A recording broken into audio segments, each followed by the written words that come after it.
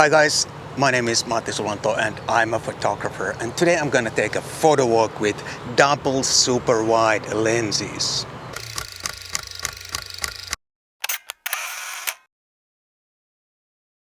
It's always a good idea to sort of experiment with different camera angles, and I think low angle or ground level angle is sometimes, at least for me, something that I easily forget.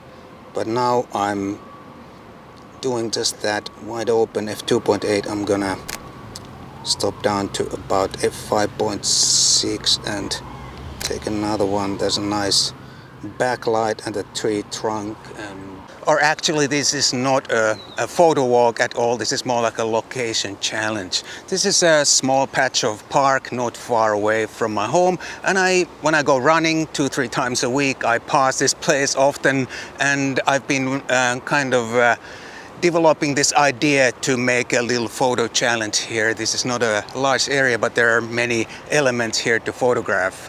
So let's get started, and I'm gonna share some more details about these lenses in a minute too. I'm gonna try this water here. There's not much water. It's been so hot and relatively hot and dry lately. No rain, so usually there's much more water here, but I'm gonna try it anyway because the reflection looks kind of nice like so. Now I'm using the full frame 18mm lens. I'm gonna take the same picture with the 12mm APS-C lens to like something like that. Yeah, like I just said, these are for different formats, these lenses. One is for full frame and one is for APS-C, but these both are Samyang lenses, and a big thanks to Focus Nordic for lending me these lenses so I can make this video. The other one is the Samyang 18 f2.8 for full frame camera, and the other one is Samyang 12mm f2 for APS-C cameras. So basically these are so-called equivalent lenses, and I thought it might be, fun to make a little like a comparison, not a scientific comparison, but more like a user experience comparison between these two lenses.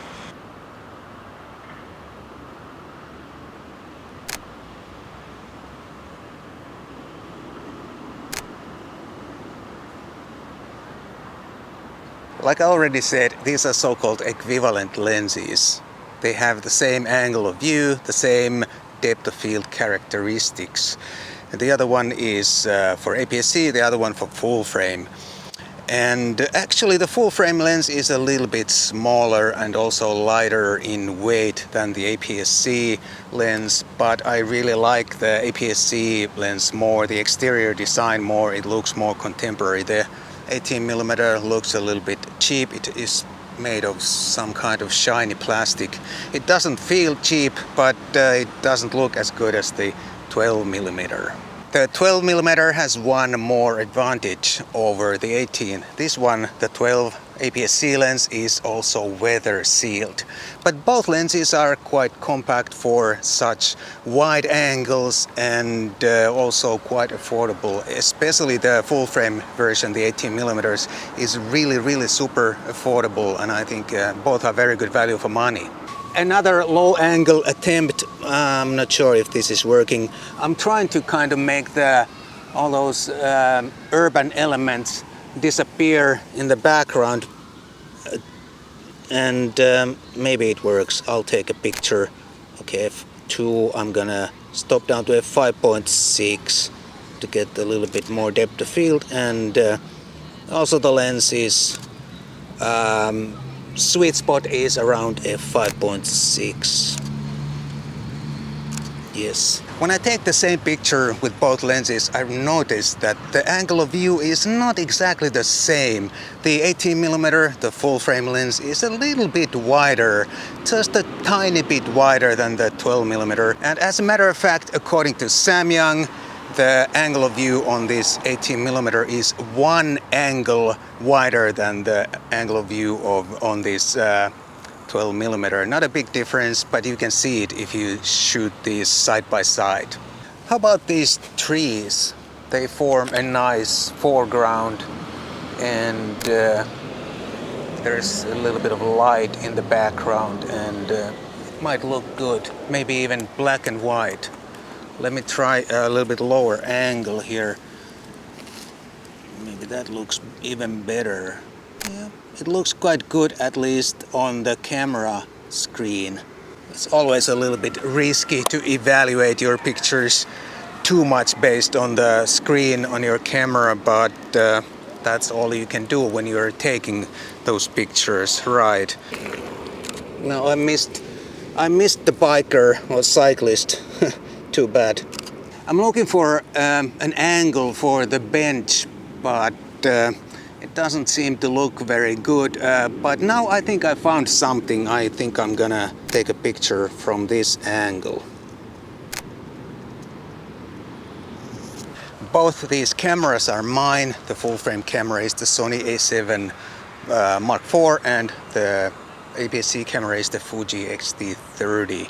And because the Fuji is so much smaller than the Sony, not so much, but a little bit smaller than the Sony, the whole APS-C setup is a little bit smaller, but the Sony handles much better because of the bigger grip and a little bit, better dials, and so I have the extra grip on my Fuji, which makes a big difference, and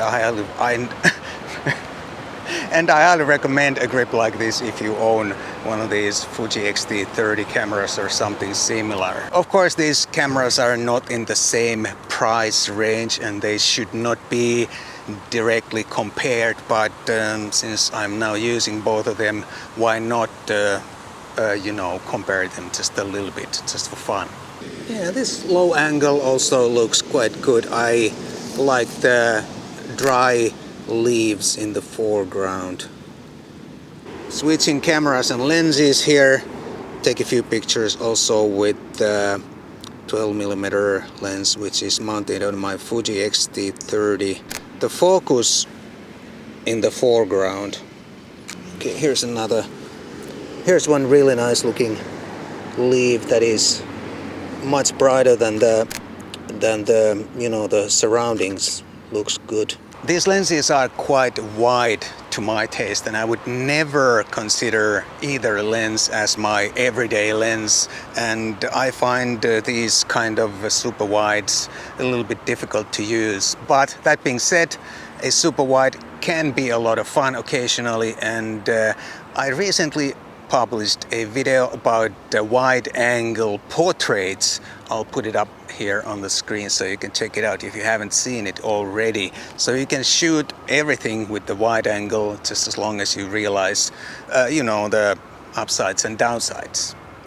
How about this? Just a normal park view.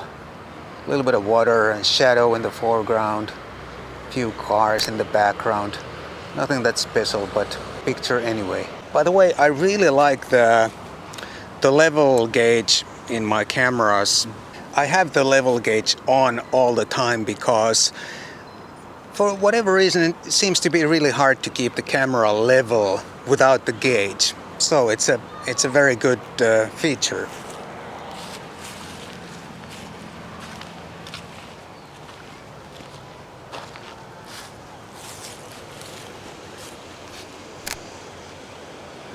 I think both lenses are quite good optically, especially if you consider the price. I have a separate video about this 12mm lens. I'll link to that at the end of this video so you can check it out if you're interested.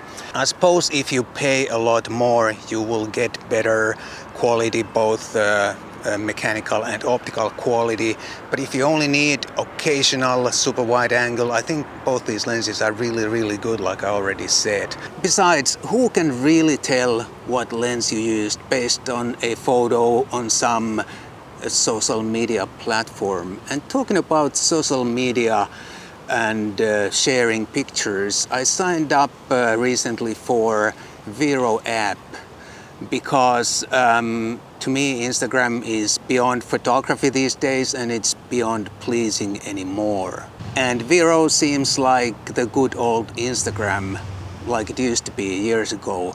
It's not a mixture of videos, stories, ads and all that, and you really see what you follow. On Instagram these days you see everything but the content you like to follow or see. Vero is not cluttered with ads and videos and stories and all that kind of crap that you never want to see. And by the way, this is not sponsored by Vero. I remember the app when it first came out, but back then it didn't seem to make any sense because it was like an Instagram copy. But I recently saw a video on Michael Videll's channel. He's a Swedish YouTuber. He has a really nice macro photography channel, so please check it out if you haven't seen his videos and if you're into macro photography. But anyway, he was talking about the Vero app and how he signed up and started posting there, and I thought, you know, I might just do the same, and I'll put a link to my Vero feed or account down below, so please check it out and join in if you're interested. But lately also many big-time YouTubers have been talking about the Vero, and I really hope it catches up and maybe it can become something for photographers and something like Instagram used to be back in the day. Check it out, it's worth it.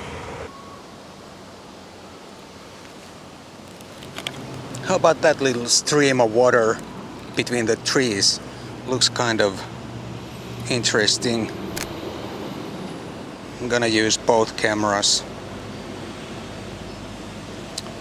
Yeah, looks nice. I think it's a good idea sometimes to challenge yourself and pick a relatively small location, whatever it is, and try to get a few shots there. Sometimes they may not be that great, but at least you learn to see things and you know, challenge yourself a little bit.